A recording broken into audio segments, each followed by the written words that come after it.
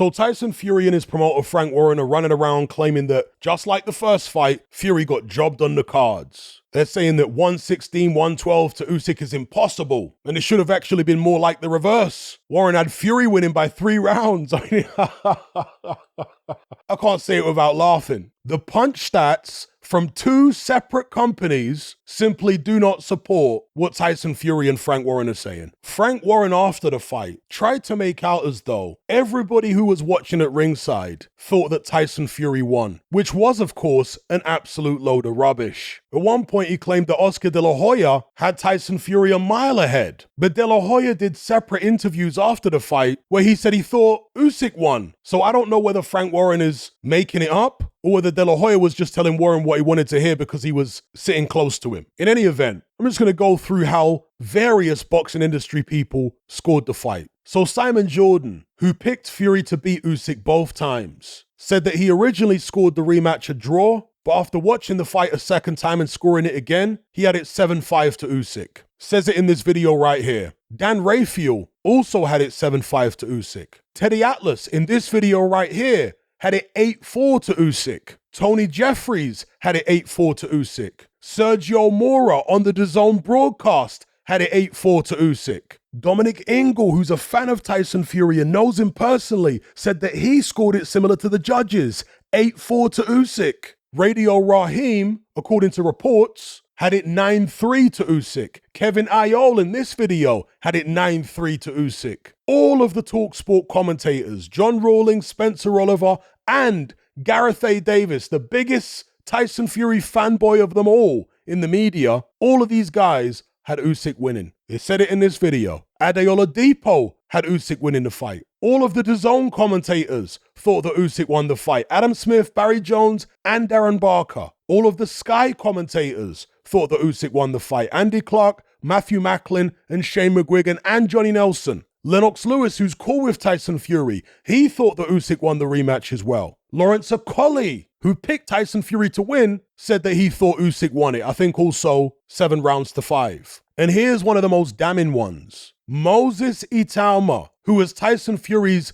chief sparring partner for this camp, he thought that Alexander Usyk won the fight as well. So any notion that the people at ringside all thought that Fury had got it by a big margin is a load of rubbish. Frank Warren is talking absolute lot. And also any notion that people only think Usyk won because they were influenced by commentary. Well, I just reeled off a bunch of people that were at the fight. They weren't watching it on television with commentary. They were there. Okay, so now let's move on to the actual punch statistics. There were 2 separate companies that did stats for this fight. CompuBox, who everyone's familiar with, they've been in boxing for many decades, and Jabba, who are a newer outfit that utilize AI. So if we have a look at the CompuBox stats first, you'll see that Alexander Usyk outlanded Tyson Fury in 10 of the 12 rounds. So how is it possible, Mr. Fury and Mr. Warren, that you were robbed when you only outlanded Alexander Usyk in 1 round in the entire fight? Yes, 1 round. Usyk outlanded Fury in 10 of the rounds. And in 1 of the rounds, they landed an even amount, which was round 1. The only round in which Fury outlanded Usyk was round 4. In all the other rounds, as I say, 10 of them, Usyk outlanded Fury. That does not tell the tale of Tyson Fury getting robbed. It simply doesn't. So Frank Warren's notion that Fury won by 3 rounds is literally psychedelic nonsense. Now, obviously, punch totals don't tell the complete story of a fight, and you don't score a fight based upon punch counts alone because they can't convey the quality of punches that were landed. But that's what we use our own eyes for. And that's where Jabba, the other punch stat company, comes into its own, because they account for punch quality in their stats, not just punch volume like CompuBox. They do tell you how many power punches were thrown throughout a fight, but understand the definition of a power punch is just any punch that isn't a jab. You could just tap somebody with a left hook as kind of a range finder, or throw a speculative right hand that doesn't have much power on it, and that'll be counted as a power punch by CompuBox. Whereas Jabba, if we have a look at their stats for the fight here, they tell you about high impact punches. As the name implies, these are punches which land with high impact. Hard shots, solid shots. But if you look at the top graph, punches landed first, you'll see that the fight was very much closer in the first half than it was in the second half. In the first half, there really wasn't much to split them in terms of total punches landed, and I would say that most of the swing rounds in the fight were in the first half. And this is where Tyson Fury fans and advocates really show their absurdity. Because in order for Tyson Fury to have got the decision in this fight, you'd have to have given him all of the swing rounds. Now, a swing round is a round that could conceivably go to either fighter. Why on earth would you give all of those rounds to Tyson Fury? How does that even make sense if they're swing rounds? Surely you'd give a couple to Usyk and a couple to Fury, depending on who landed a punch or two more or who was controlling the pace of the round or who was slightly more aggressive, etc. But anyway, in the second half of the fight, as many of us expected, Alexander Usyk pulled away. And we certainly see that reflected with the punch stats here. All of a sudden, Usyk starts outlanding Fury by much bigger margins per round, with the exception of the 10th. And then if we look at the high impact punches in the graph below, you'll see that in the first 6 rounds, Usyk outlanded Fury with high impact punches in 3 of those rounds. 2 of those rounds, they were tied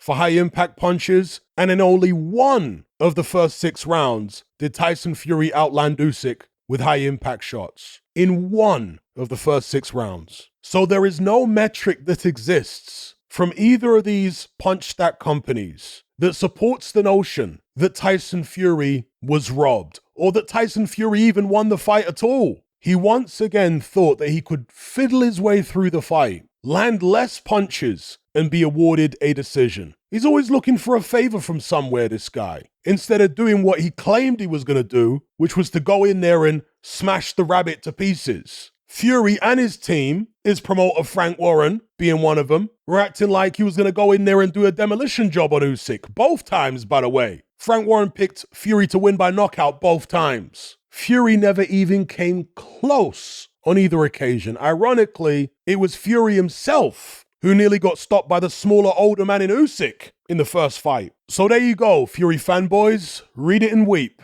The punch stats do not support your arguments. Leave me your thoughts in the comment section below. Don't forget to like this video, share it, and subscribe if you haven't done so already. I'll catch you on the next one. I'm out.